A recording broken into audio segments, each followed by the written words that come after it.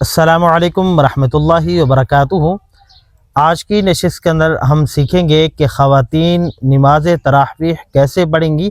मुकम्मल प्रैक्टिकली तरीका करके दिखाऊंगा, क्योंकि अक्सर ख़वातीन ये समझती हैं कि मर्द के लिए तरावीह पढ़ना तो सुन्नत मुअक्कदा है, लेकिन शायद हमारे लिए कोई हुक्म नहीं है शरीयत की तरफ से।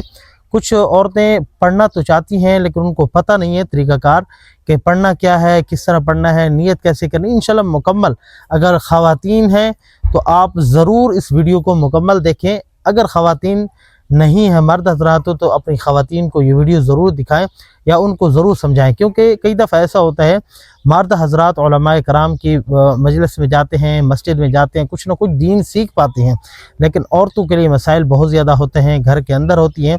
उनको आपके लिए ज़रूरी है कि आप उनको दीन सिखाएं या उनको ऐसी वीडियोज़ सिखाएं ताकि वो भी दीन सीख पाएँ। तो सबसे पहले हम जो है ना ये सीख लेते हैं कि नमाज तरावीह उनके लिए सुन्नत मुअक्कदा है ख़वातीन के लिए।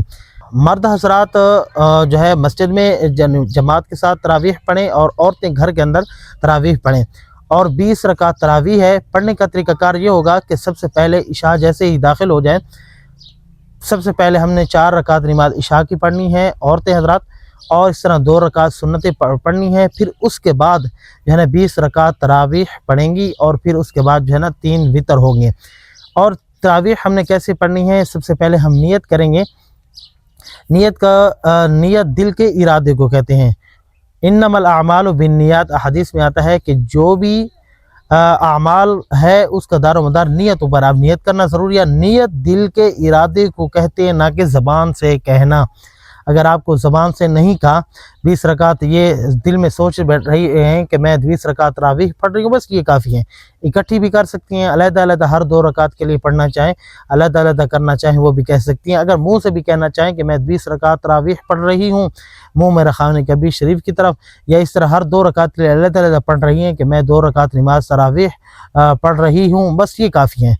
अब 2 रकात जो तरतीब है कि इसमें पढ़ना क्या है, पढ़ना जो कुरान मजीद का आपको हिस्सा आता है वो पढ़ेंगी।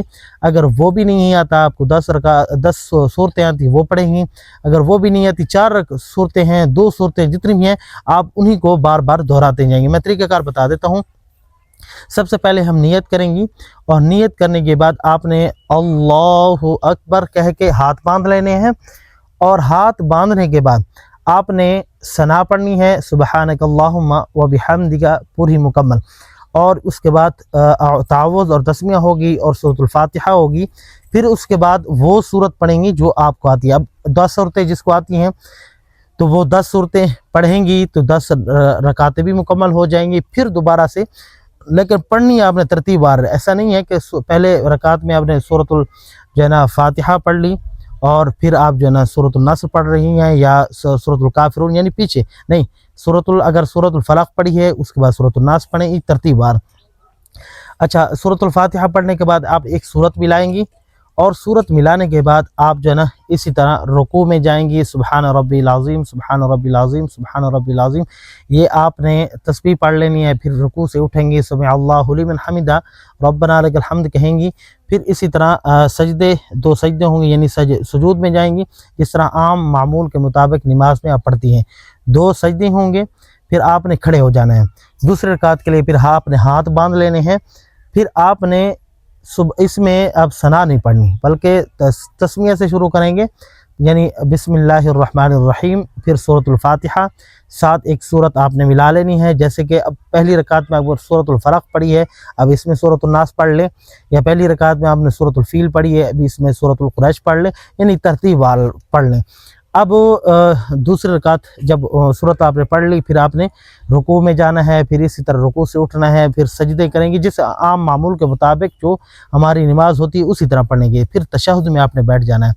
तशहुद में अत्तहियातु लिल्लाहि वस्सलावातु ये पढ़ लें, और उसके बाद दुरूद शरीफ, फिर उसके बाद दुआ, फिर उसी तरह आपने सलाम फेर देना है। आपकी 2 रकातें मुकम्मल हो चुकी हैं। अब फिर आप खड़ी हो जाएंगी, फिर आपने 2 रकात फिर इसी तरतीब से पढ़नी है, और इस तरतीबवार जो है आपने पढ़ते जाना है। 2 रकात पढ़ लिया आपने, 4 रकातें हो गई।